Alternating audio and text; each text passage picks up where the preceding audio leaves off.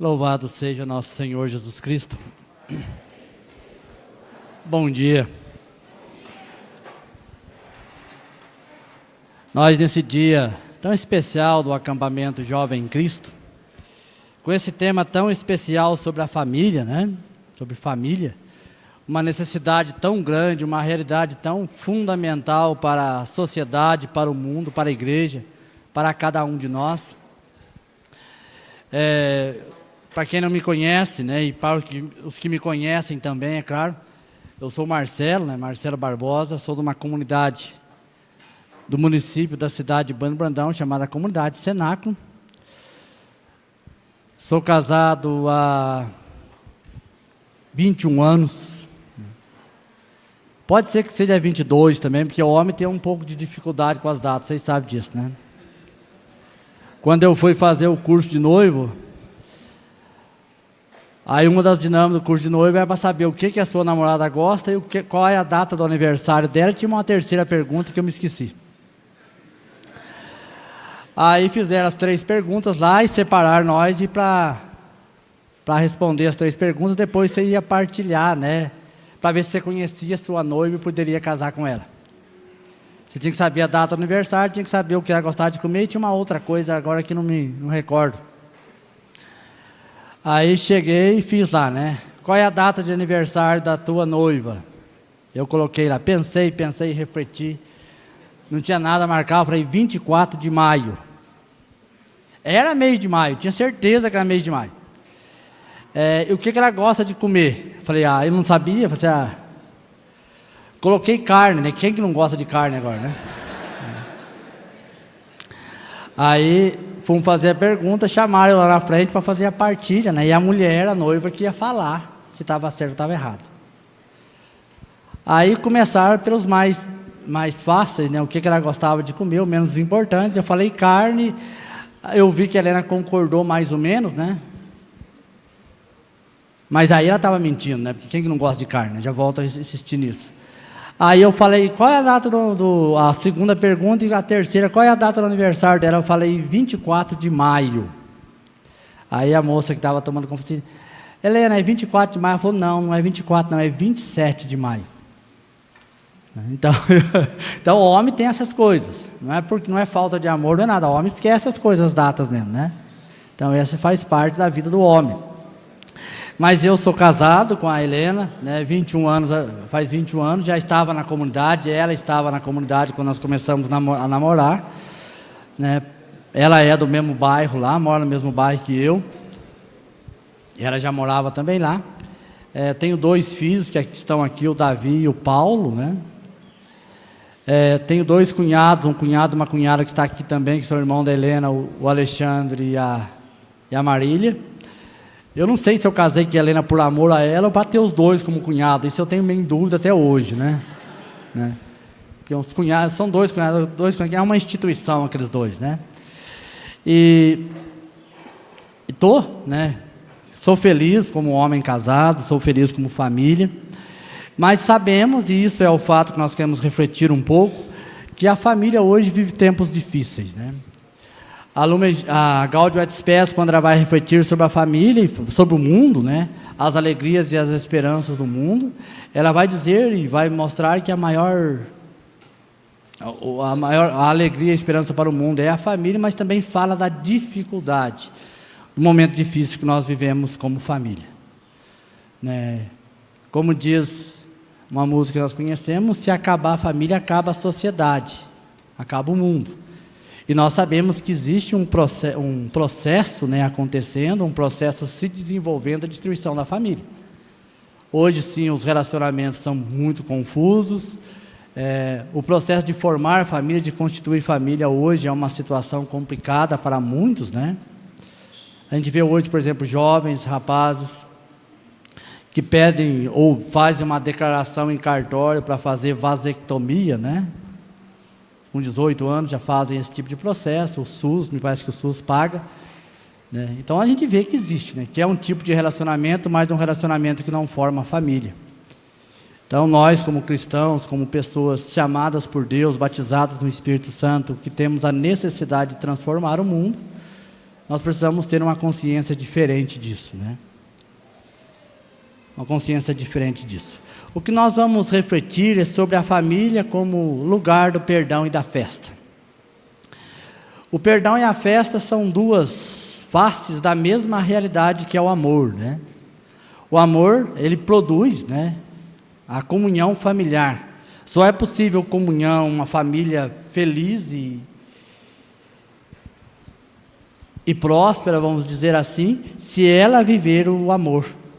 E o amor se manifesta com dessas duas características, podemos dizer, que é o perdão e a alegria, o perdão e a festa.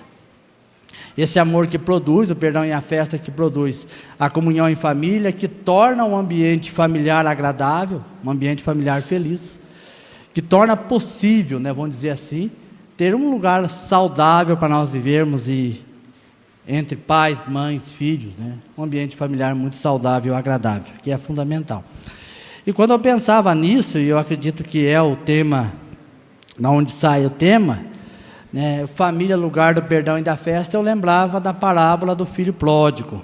Queria que vocês pegassem, é uma leitura um pouco longa, mas nós vamos ler rapidamente, era Lucas 15, Evangelho de São Lucas, no capítulo 15, no versículo 11. Abra aí, pode deixar o texto aberto aí, né? Nós vamos ler o texto todo. E vamos desenvolver, né, essa reflexão sobre o perdão e a festa a partir desse texto, desta parábola. Todo mundo achou?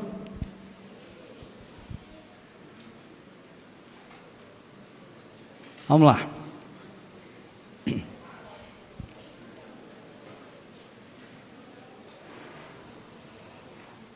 Versículo 11. Disse ainda: um homem tinha 2 filhos. O mais jovem disse ao pai: Pai, dá-me a parte da herança que me cabe. E o pai dividiu os bens entre eles. Poucos dias depois, ajuntando todos os seus haveres, o filho mais jovem partiu para uma região longínqua e ali dissipou sua herança numa vida devassa. E gastou tudo. Sobreveio àquela região uma grande fome e ele começou a passar privações. Foi então empregar-se com um dos homens daquela região, que mandou para seus campos cuidar dos porcos. Ele queria matar a fome com as bolotas que os porcos comiam, mas ninguém lhes dava. E caindo em si disse: Quantos empregados de meu pai têm pão com fartura, e eu aqui morrendo de fome? Vou-me embora, procurar meu pai e dizer-lhe: Pai, pequei contra o céu e contra ti. Já não sou digno de ser chamado teu filho. Trata-me como um dos teus empregados. Partiu então e foi ao encontro de seu pai. Ele estava ainda longe quando seu pai viu e encheu-se de compaixão. Correu e lançou-lhe ao pescoço, cobrindo-o de beijos. O filho então disse: Pai, pequei contra o céu e contra ti, já não sou digno de ser chamado teu filho.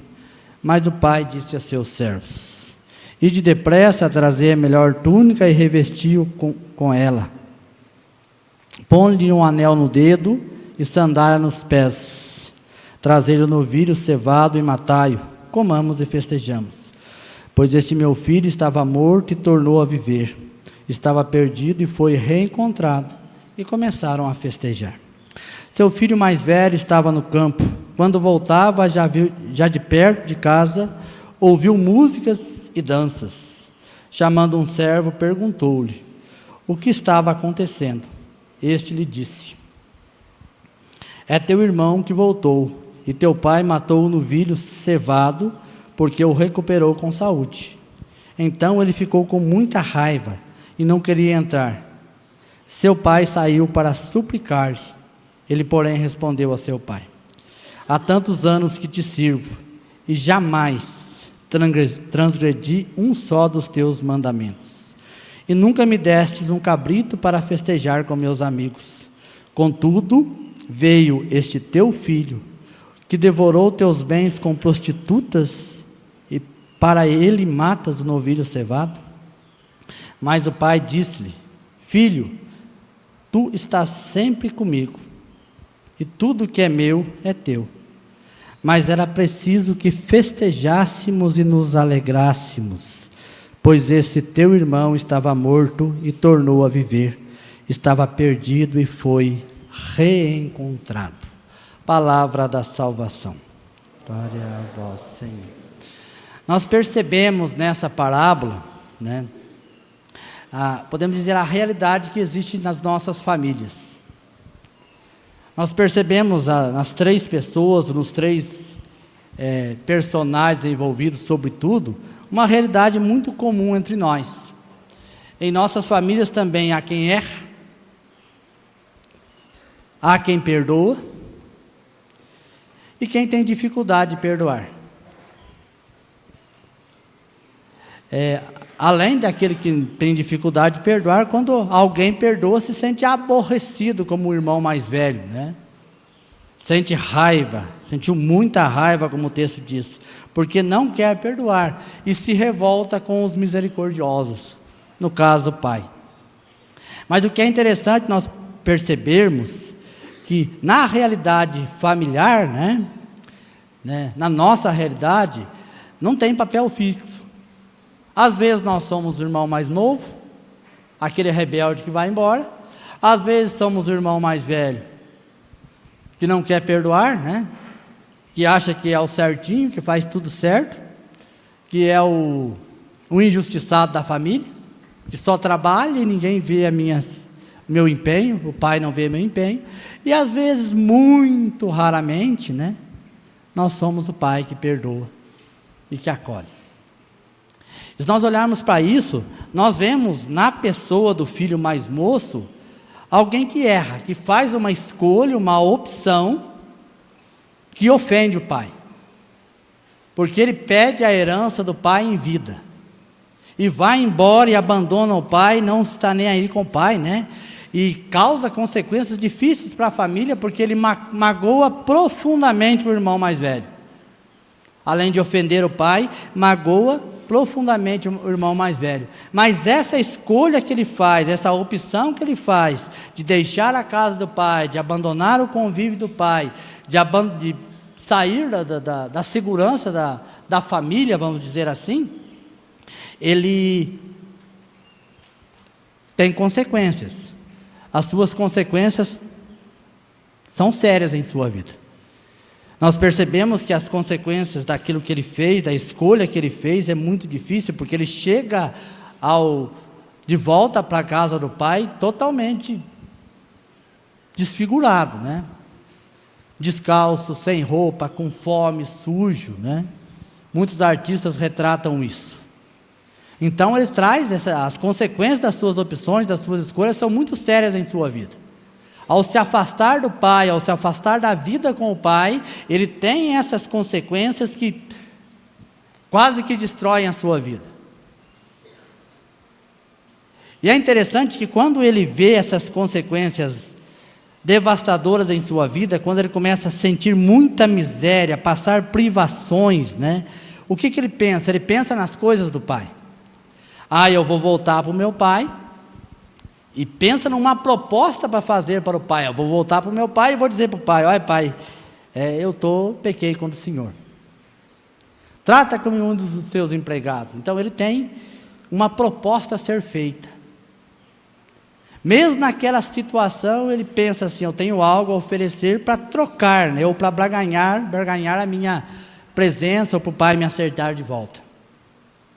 E é interessante que nesta proposta ele está disposto a ocupar o último lugar, está disponível a isso. Trata-me como um dos teus empregados. Trata-me como um dos teus servos. Posso ser tratado, posso até ser humilhado, E é interessante que nesse processo de volta, que muitas vezes nós nos identificamos com ele, esse filho mais moço, esse mais jovem, esse rebelde, vamos dizer assim, que tem essa atitude de rebeldia, ele não pensa na família, e nem no pai.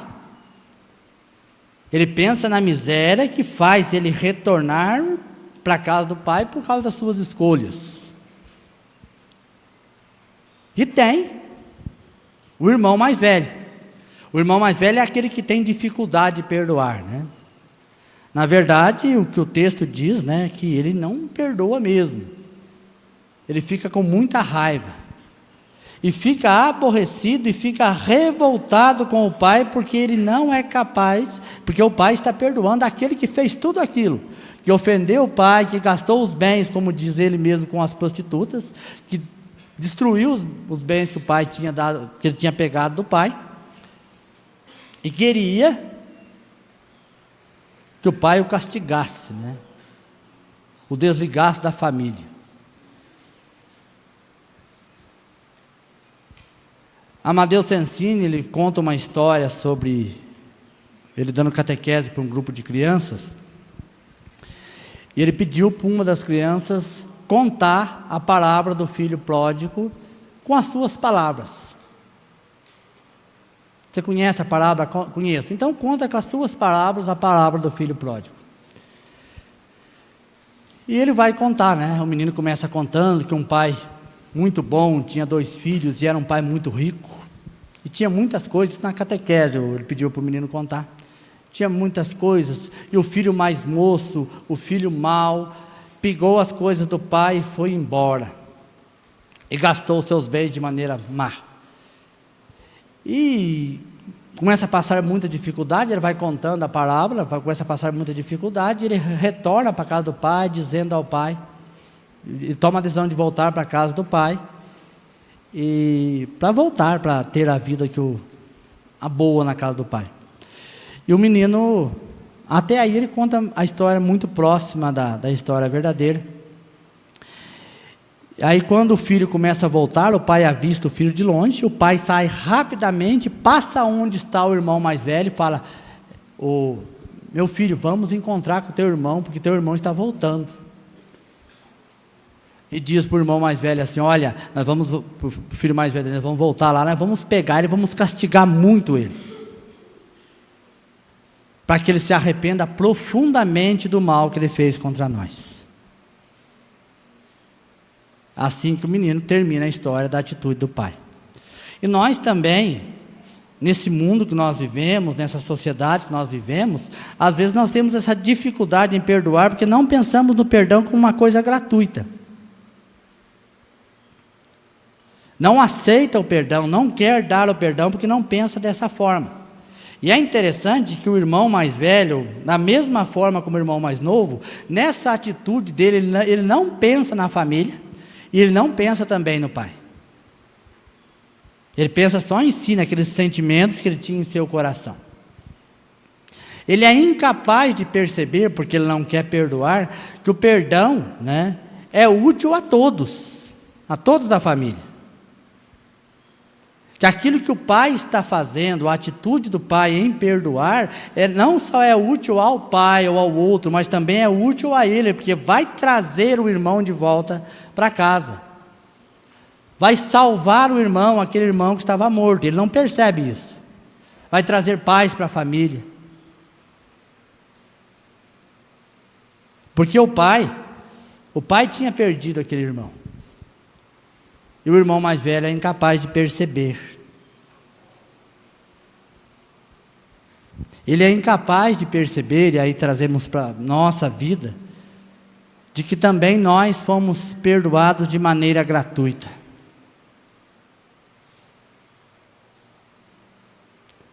Deus, o Pai, nos perdoou gratuitamente,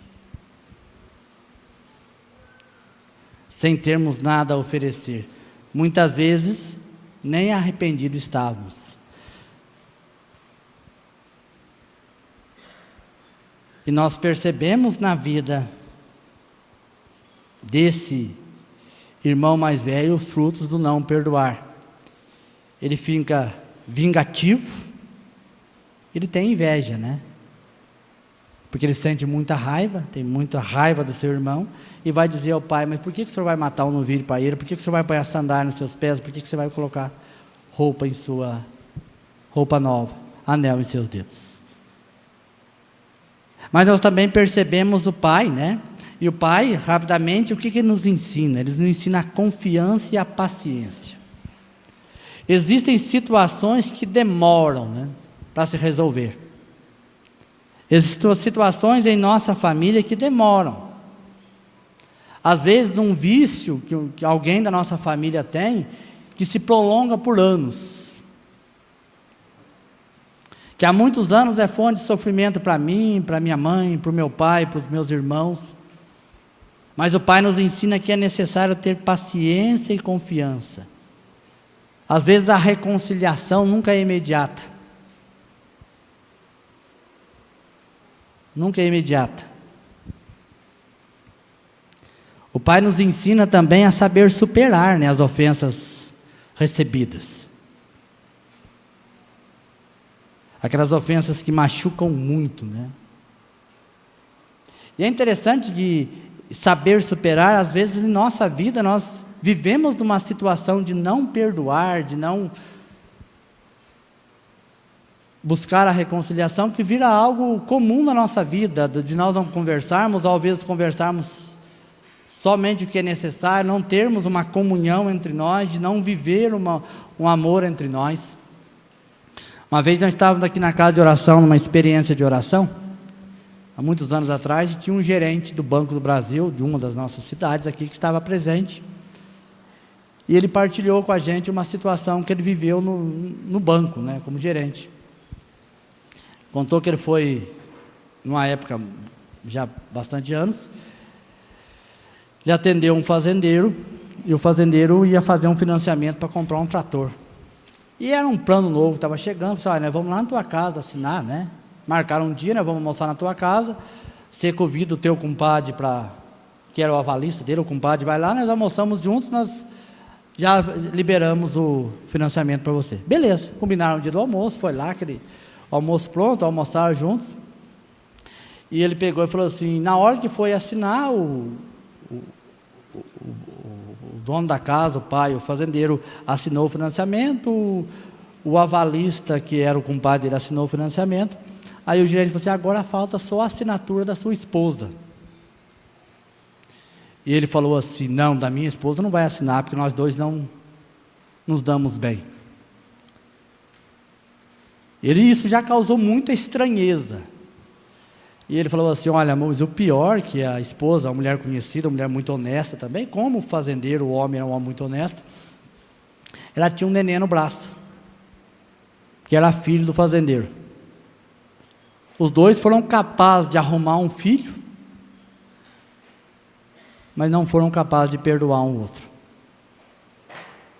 Porque não é capaz de superar.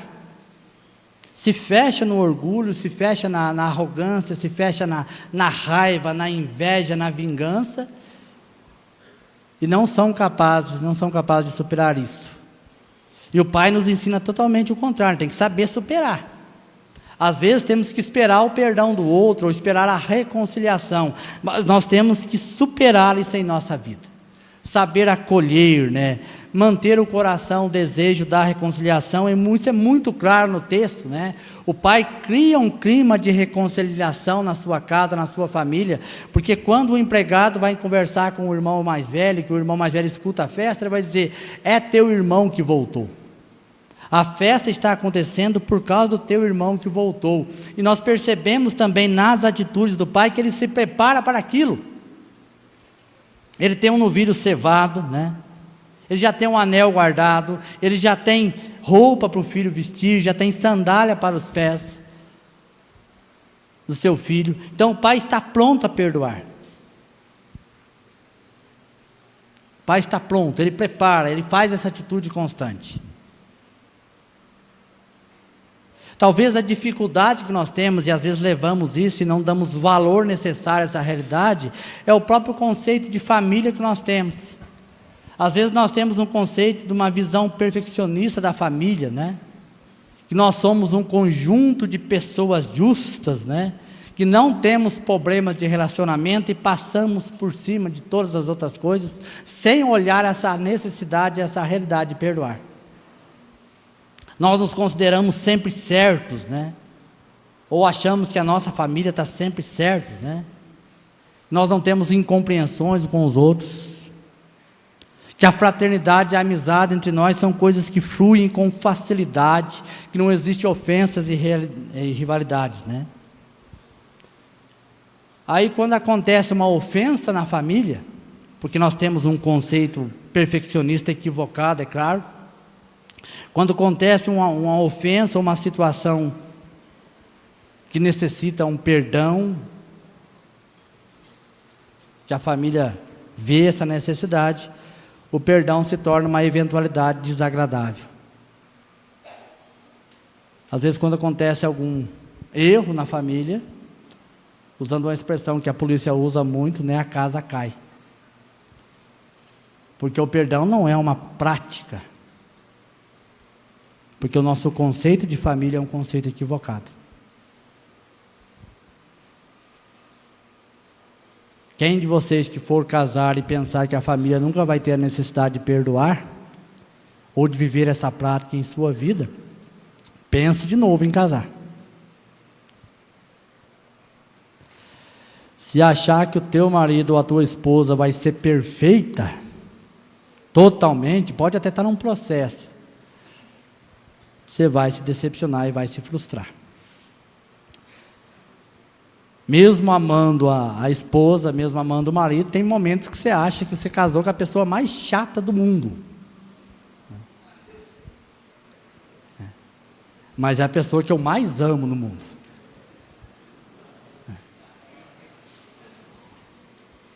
Eu sempre comento isso, Helena, né? Quando eu estou nas minhas chatices, eu falo, quando eu quero ser chato, eu sou profissional, cara.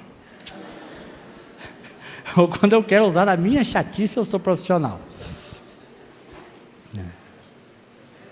Existe essa necessidade, né?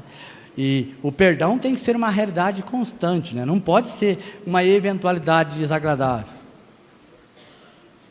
O pai e a mãe, não sei que não é muito a realidade aqui, o pai e a mãe, que às vezes o filho comete uma situação, uma briguinha na escola, aí cai a casa, né?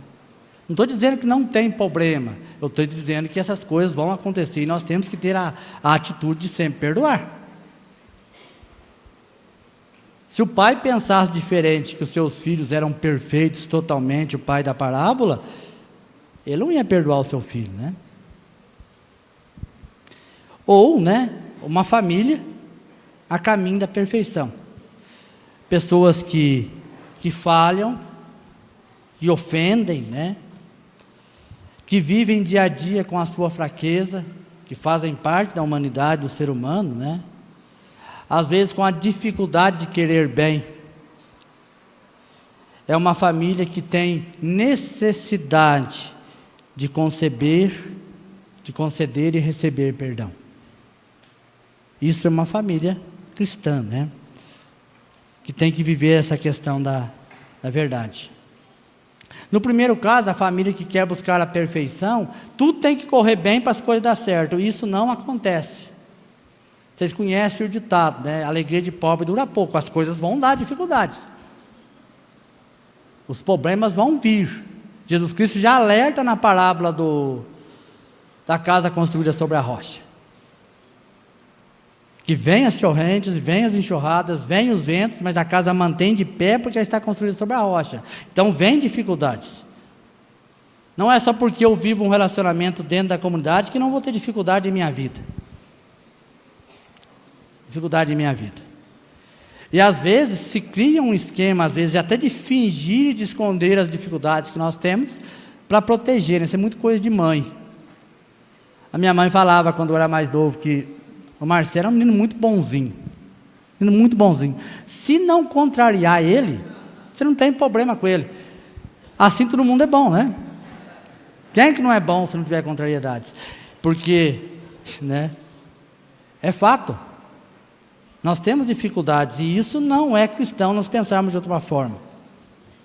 Uma família que não tem nada a perdoar-se, você pode ter certeza que num determinado momento vai criar frustração e ressentimento.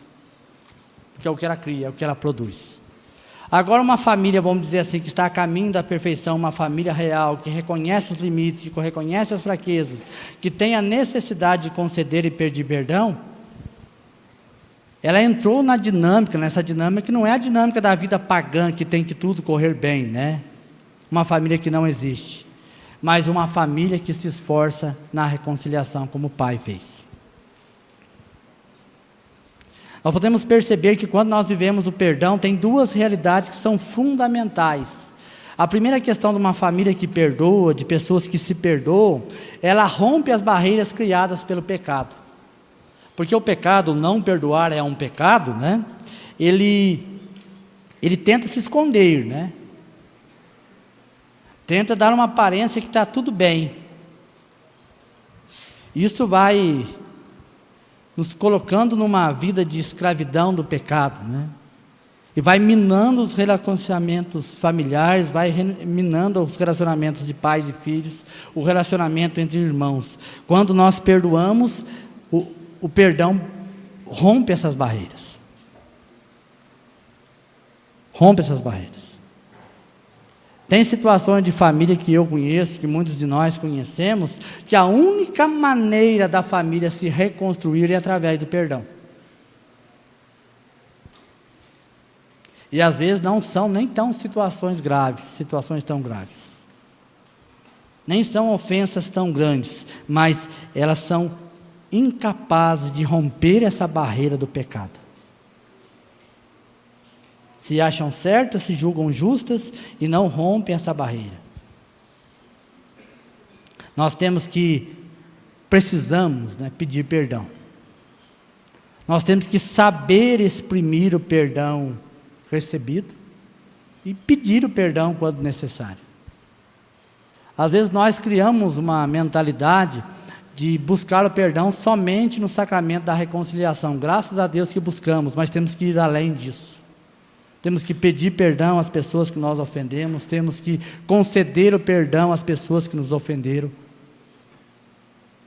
O perdão, é lógico, no primeiro momento ele acontece no coração, mas depois ele tem que ser exprimido, tem que ser falado. Isso é muito difícil, claro que é. Mas se não houver diálogo, se não existir diálogo entre nós, quando as dificuldades vieram, a família vai entrar numa crise muito profunda. E uma segunda coisa, além de romper as barreiras deixadas pelo pecado, é que não há família sem perdão. Não existe. É o perdão que cria ele é o único caminho para a comunhão familiar. Porque a vida cristã ou a vida familiar não é assim, né? Não é ascendente somente. Ela também tem isso. Então nós precisamos perdoar sempre, entrar nessa lógica. Nós temos dificuldades porque nesse mundo que nós vivemos, nós começamos a substituir, né? Parece militância, mas substituímos a gratuidade do perdão pela reivindicação. Né? Nós queremos usar os critérios de justiça da sociedade. Nós vivemos em uma sociedade que perdeu o sentido do perdão. Eu lido bem com todo mundo, mas pisou na bola comigo é só uma vez. Por isso que os casamentos não duram. Que levamos para o casamento esse conceito de perdão, esse conceito de justiça, de reivindicação que nós recebemos na sociedade.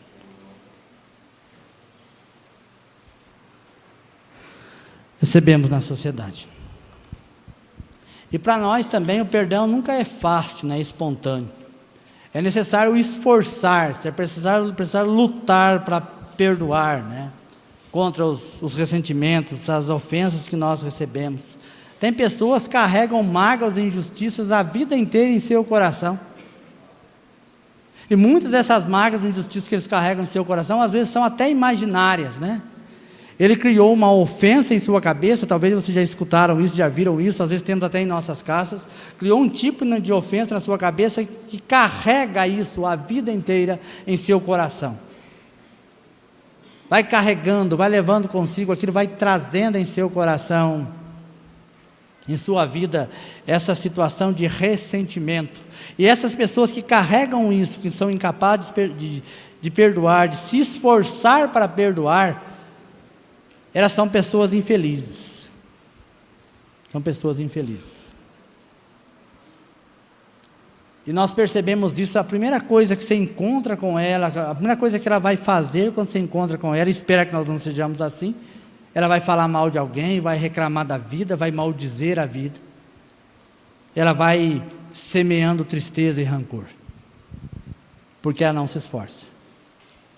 Tem ofensas que nós recebemos, e às vezes na nossa família, em qualquer realidade, além da nossa família também, que vai necessitar de muito esforço, de muita oração, de muita dedicação, mas nós precisamos perdoar. A lógica do perdão, da necessidade de perdoar, tem que entrar em nossa vida. Tem que entrar em nossa vida. Como eu já disse, a necessidade do perdão não pode ser uma eventualidade. Uma situação desagradável que temos que acontecer em nossas vidas. Porque vem aí a segunda questão, a segunda face do amor, que fica muito claro, a festa do Pai para perdoar, né? Porque nós percebemos, nós olharmos bem aqui, quem que perdoa, ou quem que faz festa, não é o irmão mais novo e não é o irmão mais velho. Quem perdoa e faz festa é o Pai. É o Pai. E fazemos festa por quê? Porque o perdão sempre é gratuito. O perdão sempre traz para nós a possibilidade de começarmos os nossos relacionamentos sobre bases novas. Quando nós perdoamos alguém que fez algo contra nós, aquilo tem que ficar para trás, vai fazer parte da nossa história, vai ficar marcas da nossa história, mas a festa faz exatamente isso, essa capacidade de fazer que nós comecemos os nossos relacionamentos sobre bases novas. Se nós olharmos para o Pai não faz nada de improviso. O Pai tem uma atitude constante, e isso vai fazer dele, né, esse homem feliz, porque ele aguardou para fazer a festa. Está tudo preparado. Tudo pronto. Tudo pronto. São Lucas e alguns estudiosos falam que Jesus conta as 3 parábolas da misericórdia justamente para recuperar a verdadeira imagem do Pai. Um Pai que ama, um Pai que é misericordioso, um Pai que perdoa sempre. Porque os fariseus, eles tinham feito uma imagem, uma caricatura da imagem do Pai, né? Uma imagem que não é verdadeira. Eles dizem que essa caricatura da imagem do Pai é o irmão mais velho, que criou uma visão, que fazia tudo certo, que cumpria toda a lei, e por isso o irmão mais velho é incapaz de celebrar, é incapaz de festejar, é incapaz de perdoar. A celebração, a comemoração faz parte do reino de Deus. Quando Jesus vai falar do céu, né, ele vai falar do céu como um banquete, né? Um grande banquete. Que vai ser uma parte boa, né? Porque se lá você vai poder comer à vontade, você não vai engordar. Né? Pode comer coisa salgada que não vai dar pressão alta, né? Pode comer chocolate que não vai dar diabetes. Pode comer coisa gorda que não dá dor de barriga, porque no céu, o banquete, faz parte do reino de Deus a festa, né? Faz parte do reino de Deus a celebração. O Pai não só oferece o filho mais novo, a reconciliação e a cura, e também aos demais, à família, aos irmãos mais velhos, ao irmão mais velho.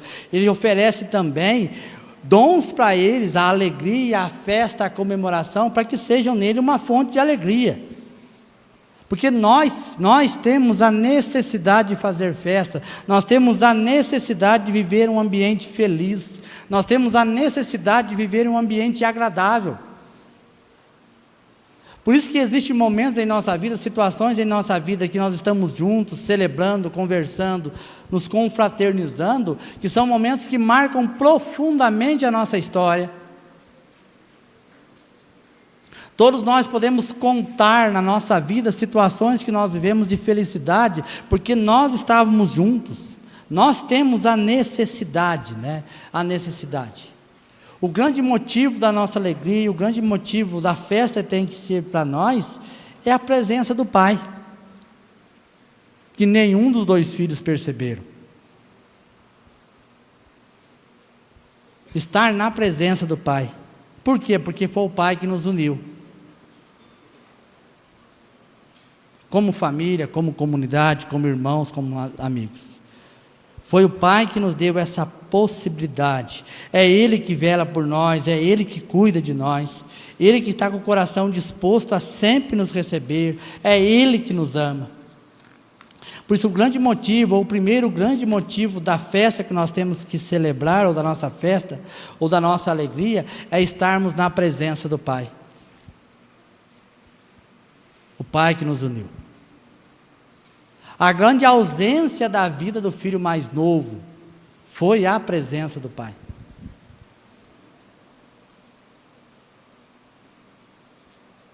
E talvez o filho mais velho, que estava, entre aspas, na presença do Pai, mas não se alegrava na presença do Pai. É com certeza também a sua grande ausência em sua vida. Porque celebrar, porque nós sabemos que nós não estamos sozinhos. Deus está conosco. Nós não somos voltados ou criados para o isolamento, para a independência, né? Mas nós somos voltados para sermos família.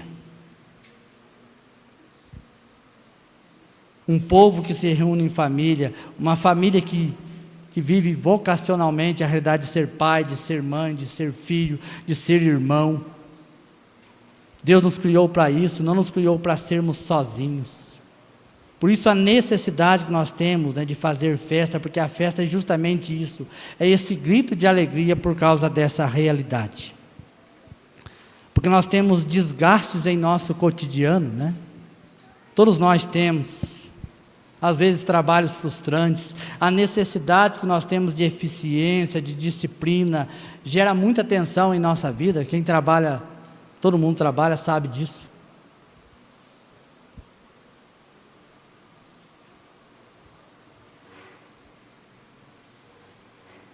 Sabe disso, essa tensão, né?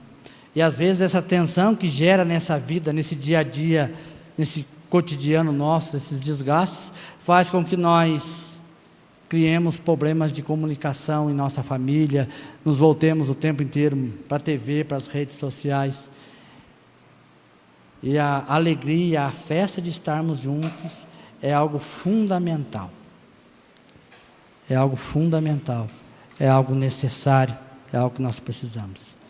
Porque a festa, a celebração, a alegria, é uma necessidade do coração.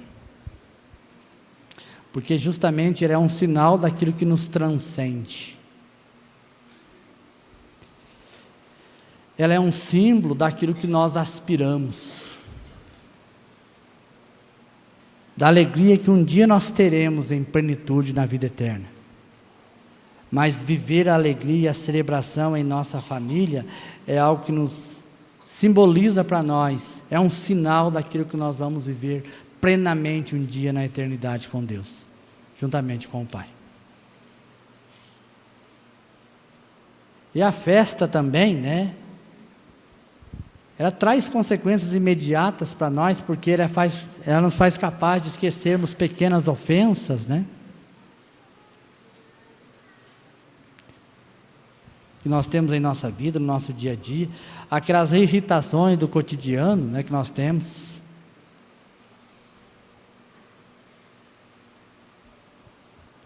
Ela é capaz de unificar os corações. Jean Vanier vai dizer que a festa, a alegria, a celebração de estarmos juntos é o momento mais humano e mais divino que uma família pode viver, porque ela é comunhão, e Deus é comunhão perfeita. Por isso, irmãos, festejar é importante para a família. Festejar é algo transformador. Mas nós sabemos que ela tem mais um efeito, porque a festa nos prepara para momentos difíceis. Jesus Cristo, antes de comer, antes de participar do mistério da paixão, ele come a Páscoa, ele celebra a festa com seus amigos. Nós sabemos que a nossa vida, mesmo vivendo um ambiente de alegria, nós temos frustrações e dificuldades. Não é uma alegria sem tristezas. Seria alienante nós pensarmos, vamos viver a alegria, vamos viver a festa, isso não vai ter tristeza. Vai ter tristeza, isso vai fazer parte da nossa vida. Mas mesmo assim não é motivo para nós nos afastarmos da família ou nos afastarmos das motivações para viver a festa. Talvez na sua cabeça já exista algumas coisas já pensando, na sua realidade familiar, de situações que você tem em sua casa. Mas isso não é motivo para nós não celebrarmos. E o que é mais importante é sabermos que o centro da parábola não é o erro do filho que vai embora, ou é a arrogância, do irmão mais velho, a arrogância farisaica do irmão mais velho. Mas o centro da parábola é o pai. É o pai que perdoa, é o pai que faz festa, é o pai que acolhe. O pai que com certeza passou por momentos muito difíceis, porque o pai, ao descrever a situação do filho, ele vai dizer que o filho estava morto, estava perdido. Por isso, da mesma forma que nós, de filhos, muitos de nós, no processo natural nos tornamos pais, nós também, vamos dizer assim, no processo teológico, no processo espiritual, nós de filho mais moço, rebelde, que pega as coisas do pai e vai embora, de filho mais velho, fariseu, nós temos que nos tornar como o pai. Saber que o pai sempre está conosco, sempre está conosco, ele é o centro de tudo. De ter um coração igual ao pai, isso é perfeição. A perfeição é ser igual ao pai.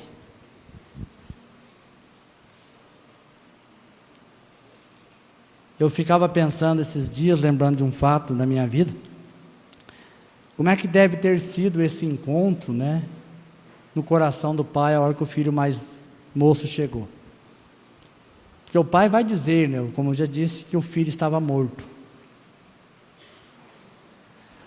A situação mais difícil que eu passei na minha vida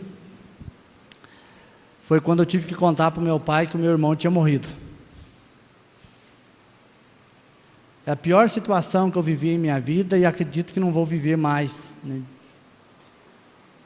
Porque o filho já, de certa forma, ele é preparado para enterrar o pai, Mas eu estava aqui na casa de oração, rapidamente, e fui embora. Meu irmão estava na casa com as duas crianças dele, na casa do meu pai, eu morava pertinho do meu pai. Meu irmão jantou com meu pai e foi embora, faz 14 anos isso. Foi embora e deitou para dormir, infartou e morreu. O outro irmão meu chegou na casa, minha casa era umas 11 horas da noite, e falou assim, eu chamava João, o João foi para o hospital, mas eu acho que está morto. Aí chegou no hospital, tentaram ressuscitar, fizeram o que puderam, tentaram mandar para um UTI em São Lourenço, mas a hora que ele chegou ali, deu, já estava... E eu passei aquela noite pensando nisso, o que podia ser, rezando, pedindo a Deus que intervisse, que acontecesse um milagre, A gente sempre quer que as coisas não acontecessem. Mas de manhã chegou a notícia, umas 7 horas da manhã, que ele tinha falecido. E eu precisava contar para o meu pai que meu irmão tinha morrido.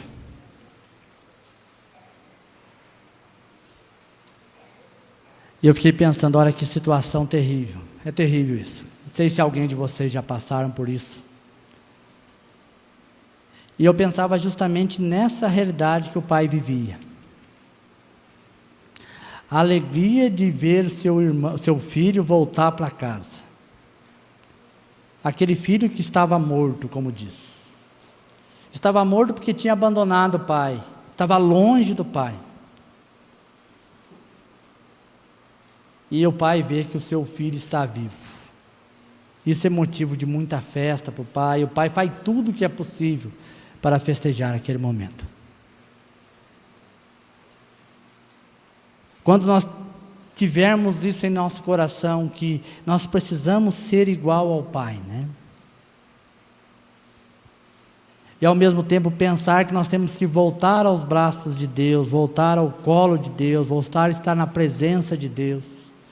Deixar essas coisas que nós trazemos em nosso coração de ressentimento, de mágoa, que nós temos às vezes com nossa família, porque o nosso pai não foi bom conosco, e muitos de nós temos realidades assim, porque a nossa mãe foi incompreensível conosco, porque nós sempre fomos injustiçados.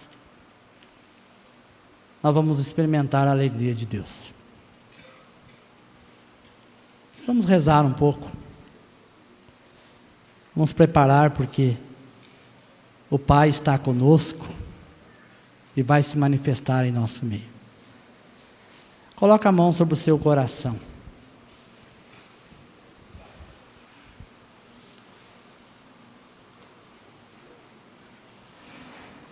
E diga ao Pai que você está de volta. Eu voltei. Eu estou contigo. Nós não sabemos o tamanho da alegria que está no coração do Pai, mas nós queremos experimentar dessa alegria, essa alegria que nos vai dar força para vivermos. Por isso, Senhor, neste momento nós clamamos a Ti, o Teu Espírito Santo.